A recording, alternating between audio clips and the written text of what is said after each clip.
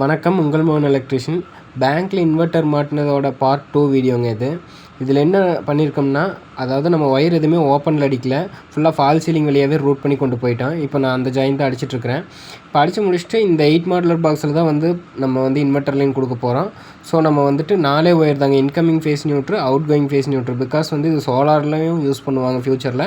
அதனால் நம்ம செப்பரேட்டாக ஃபேஸ் நியூட்ரு எடுத்துக்கிறோம். ஃபுல்லாகவே 100 mm டேக் யூஸ் பண்ணிக்கிறேங்க. டேக் யூஸ் பண்ணிவிட்டு அந்த ஷீட்டில் நம்ம ஃபோன் நம்பரு, எந்த சாக்கெட் ஏசி, எந்த சாக்கெட் டிசிங்கிறத மென்ஷன் பண்ணிடுறோம். நாளைக்கு வேறு யாராவது மெயின்டெனன்ஸ் பார்க்குறக்கு ஈஸியாக இருக்கும். கான்டாக்ட் நம்பர் நாளைக்கு ஏதாவது ப்ராப்ளம்னா நம்ம கான்டாக்ட் பண்ணி கேட்குறக்காக மட்டும்தாங்க, ப்ரொமோஷனுக்காகலாம் இல்லை. ஆல்ரெடி பண்ணவங்க எந்த நம்பரும் கொடுக்கல. ஸோ இப்போ எல்லாமே நம்ம ஓப்பனில் அடிக்கிற மாதிரி ஆயிடுச்சு.